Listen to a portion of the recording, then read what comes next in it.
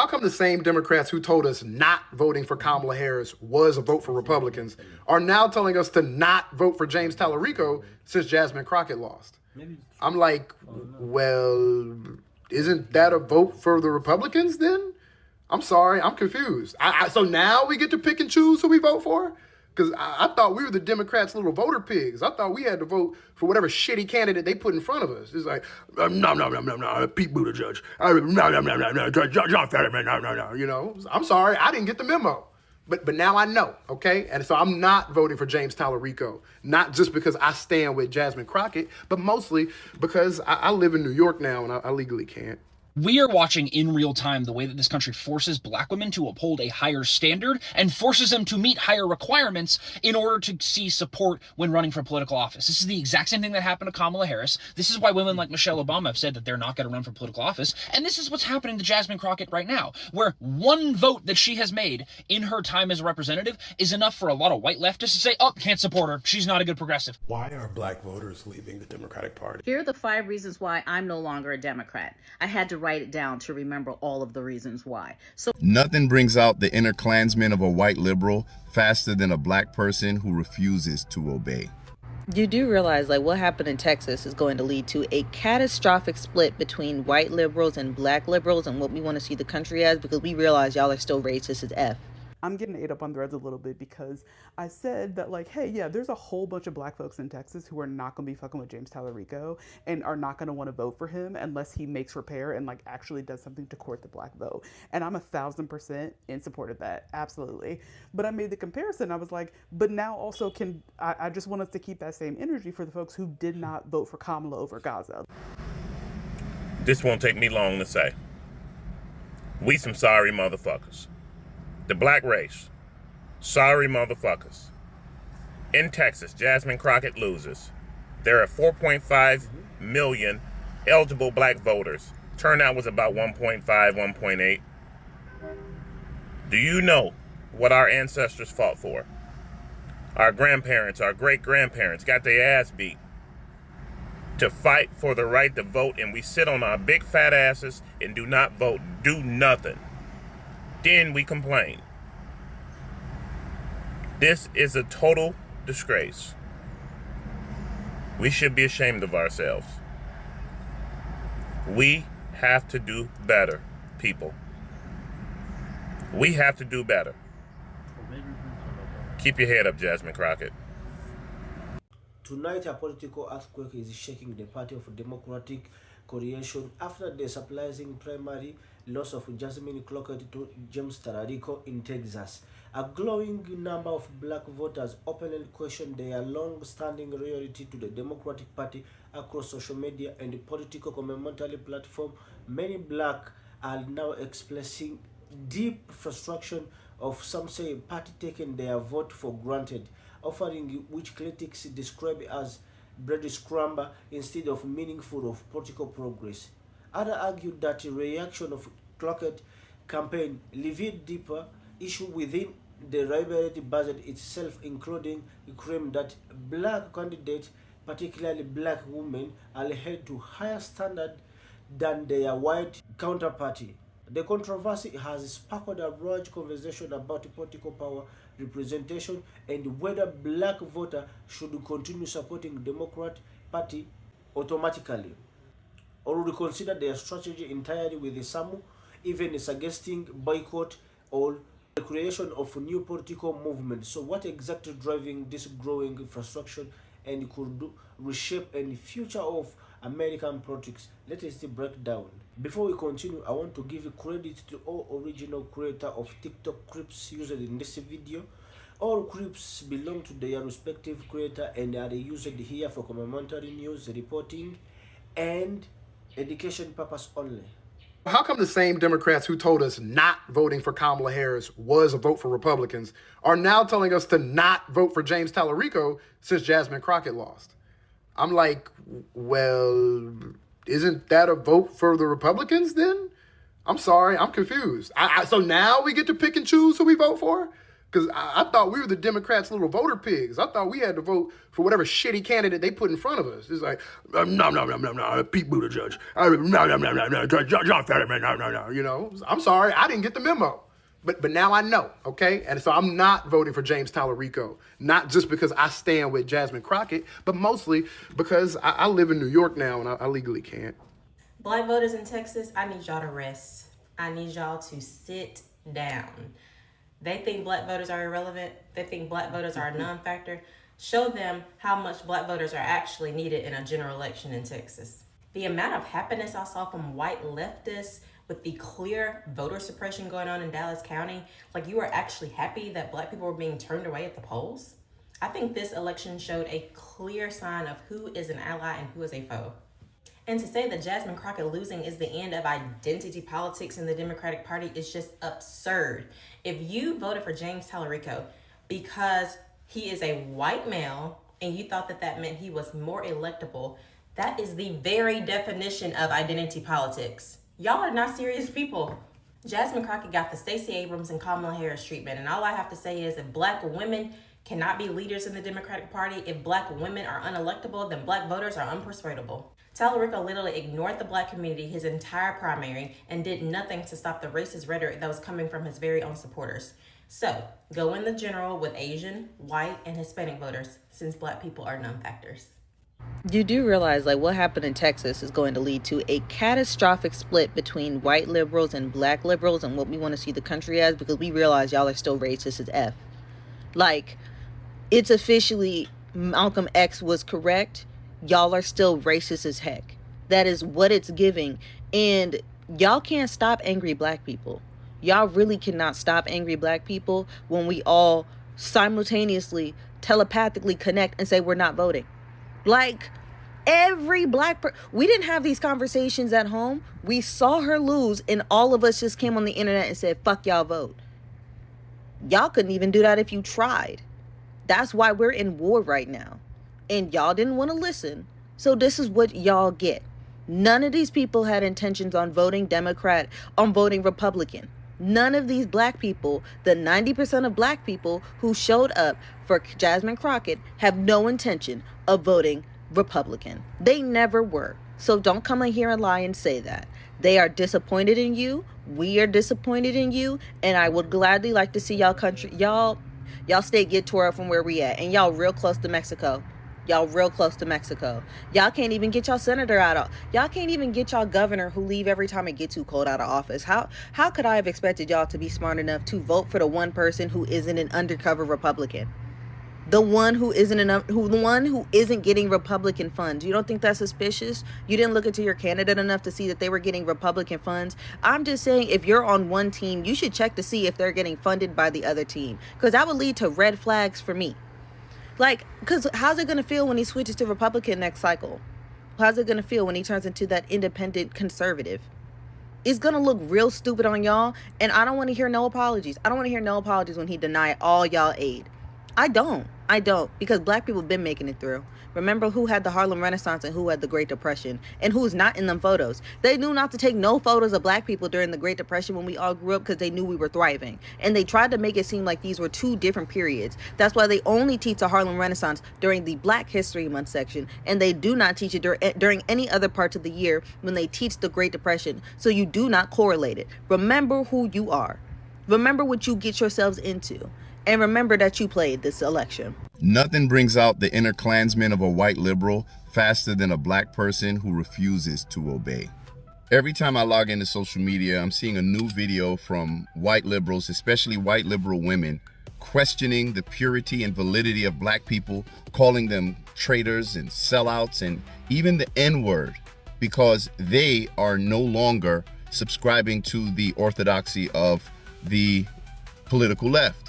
And I think that's interesting to see that they have become so confident and so overt in their anti-black racism, which has always presented itself as a perceived ownership over black people.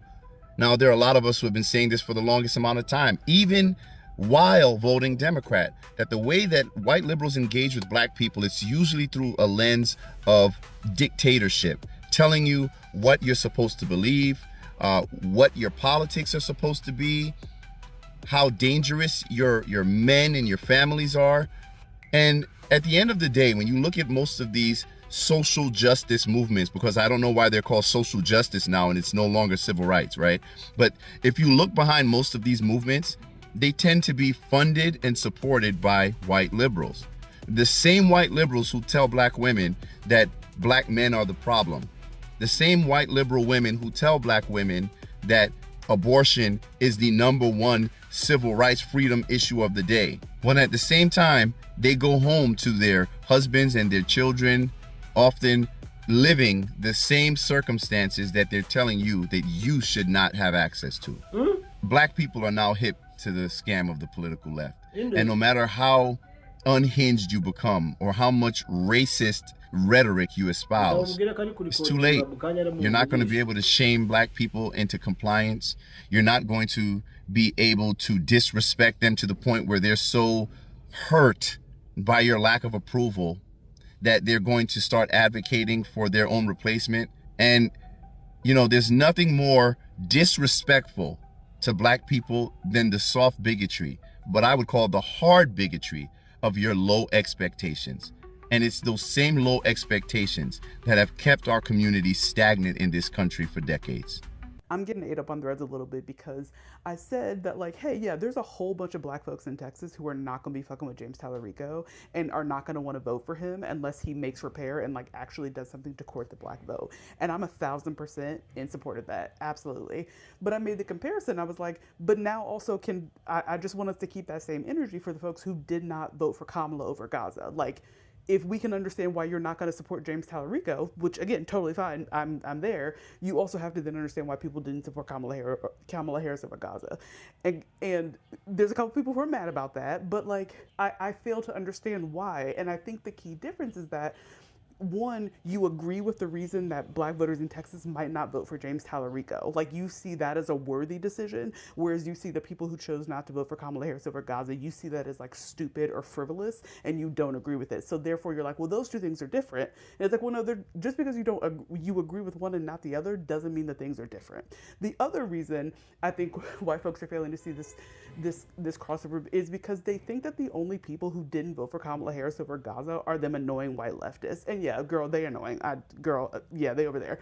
But like, that's not true. That narrative entirely ignores the brown people who were organizing in the uncommitted movement, particularly in Michigan. It ignores the black radicals who also weren't fucking with her over Gaza and her right-wing ass campaign in general. So it's like, if we're saying that like, it's okay in one instance to withhold your vote from a politician because they're not doing enough and they're not speaking to the concerns of your community, they're not doing X, Y, and Z, okay, that's fine. But then we have to keep that same, I feel like that has to be then applicable to all politicians, right? It can't just be applicable to the politicians who you don't like or who have or for the causes that you deem worthy, right? It's like, how do we not keep, we have to keep it all on the same level, right? Why are black voters leaving the Democratic Party? In the last month, I've been asked this question by Newsweek magazine, CNBC, The Hill, and oftentimes they're referencing this poll that showed a lot of black voters are considering voting for Trump. And though I have methodological gripes with this poll, something is happening. I think blackness in America is going through a midlife crisis. The majority of midlife crises are psychological transitions away from certain patterns and routines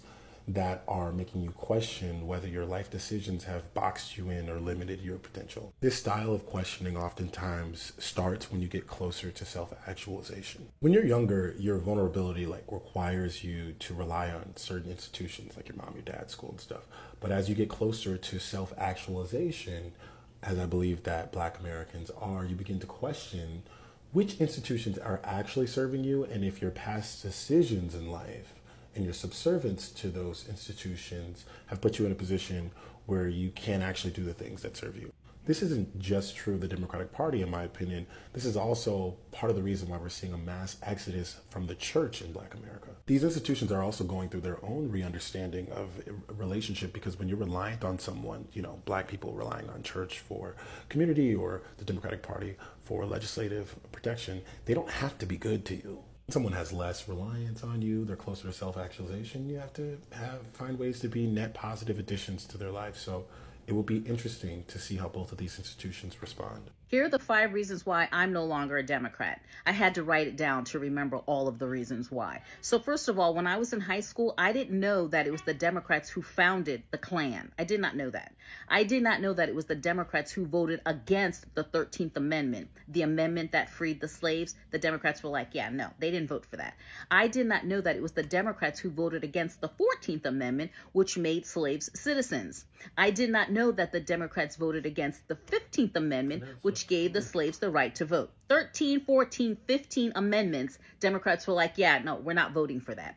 I did not know that there was a larger percentage of Republicans who worked to push through the Civil Rights Bill of 1964 than there were Democrats. I did not know that there was some white guy by the name of Everett Dickerson, a Republican, who was awarded by the NAACP for helping to facilitate and push the Civil Rights Bill of 1964 through. A white Republican did that. I did not know that Al Gore's dad participated in the largest filibuster to prevent the Civil Rights Bill of 1964 from passing. Al Gore's dad. He was a part of that. I did not know that the Democrats were more pro-abortion and they were anti-Vietnam and they were anti-war. They were pro-abortion, which kind of makes sense when you remember the 2004 Kamala Harris campaign when they had the mobiles in the parking lot, the abortion mobiles. And we also have to remember the woman who created Planned Parenthood. So these are the reasons why I'm no longer a Democrat. You come in the comments and let me know why you are still a Democrat and why none of this affects you or concerns you. And then you can also come in the comments and tell me that none of this is true, because you can Google all of it. We are watching in real time the way that this country forces black women to uphold a higher standard and forces them to meet higher requirements in order to see support when running for political office. This is the exact same thing that happened to Kamala Harris. This is why women like Michelle Obama have said that they're not going to run for political office. And this is what's happening to Jasmine Crockett right now, where one vote that she has made in her time as a representative is enough for a lot of white leftists to say, oh, can't support her. She's not a good progressive. I'm seeing people who are saying that she's not a progressive, despite the fact that she's been fighting for marginalized groups the entire time she's been in office. She's been fighting for working people the entire time she's been in office. And by every metric, she's a fantastic candidate. She's willing to get in Republicans' faces and call them out on their bullshit and on their hypocrisy. She's not afraid to mix it in with them. She's incredibly outspoken. She's incredibly intelligent, incredibly well educated. By every metric, she is the perfect candidate that you want to see when you want progressive candidates, when you want more progressive candidates to run. But I'm watching so many leftists who are seeing one vote that she has made and saying, oh, can't support her. She's done the unspeakable thing. She's done the unforgivable sin. And that unforgivable sin is voting for one bill that was going to help that country down there in the Middle East that I can't say. Even though they're perfectly willing to forgive other progressive candidates who just so happen to look like me for doing similar things or saying similar things to her. But no. A black woman saying it? Nope, can't do it. That's an unforgivable sin. Despite the fact that she's legitimately everything else you want in a progressive candidate and has made one vote that I happen to disagree with. If I was in Texas, I would still vote for her. She is a fantastic candidate. And you are seeing the racism that exists in white leftist movements by the way that they are holding her to such a higher standard that they don't hold white progressives to. This won't take me long to say. We some sorry motherfuckers. The black race. Sorry motherfuckers.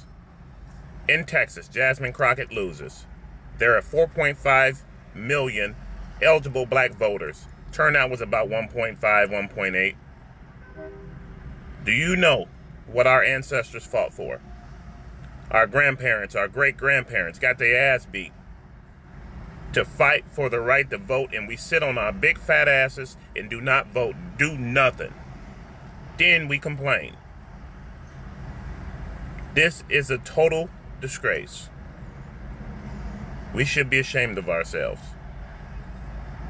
We have to do better, people. We have to do better. Keep your head up, Jasmine Crockett.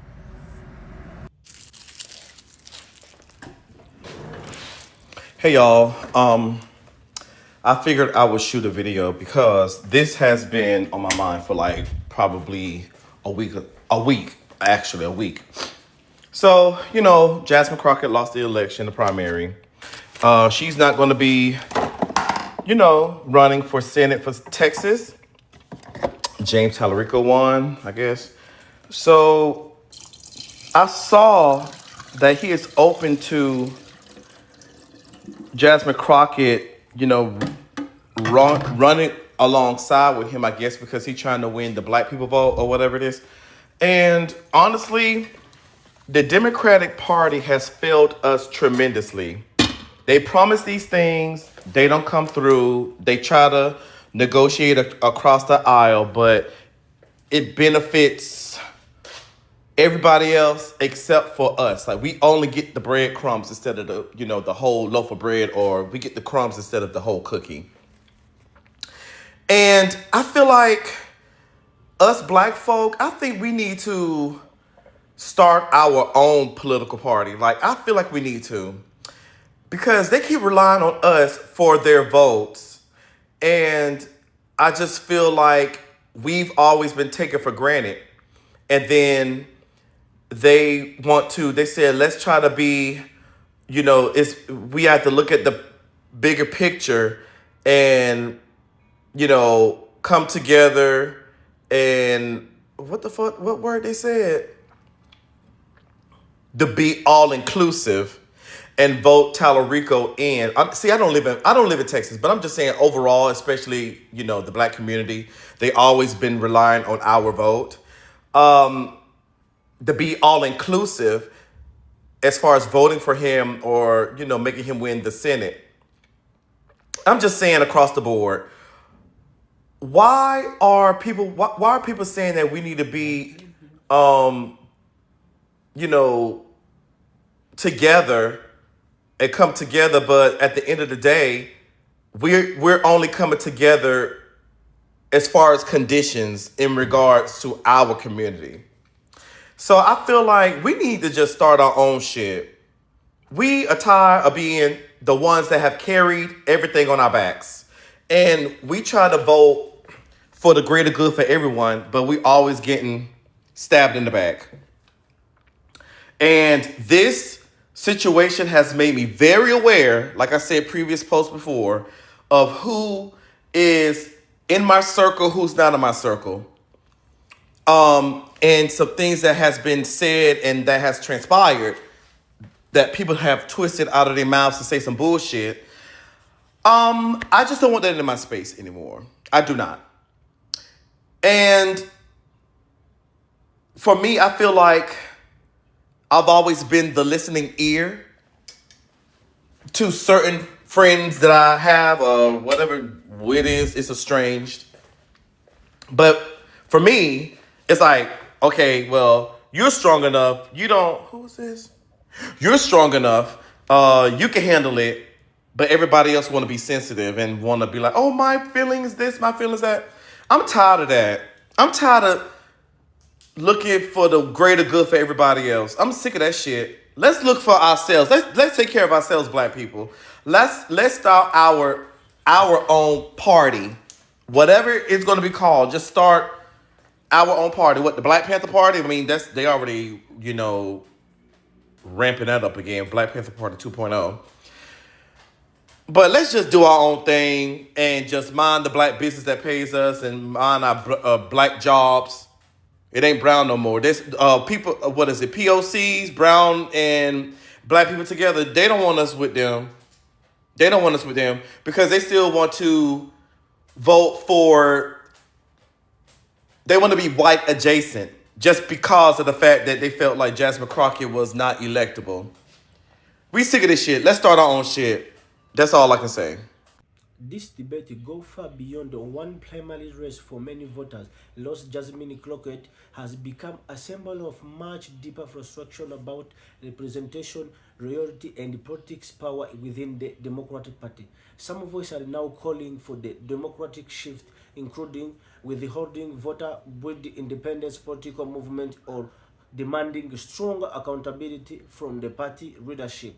Whether this movement turn into the lasting political alignment or simply temporarily wave frustration remain to be seen. But one thing clear here is a conversation about the lot of influence of black voter in America politics is far from over. What do you think in this beginning of political shift or just another movement of frustration along a political relationship? Let me know your thoughts in the comment below.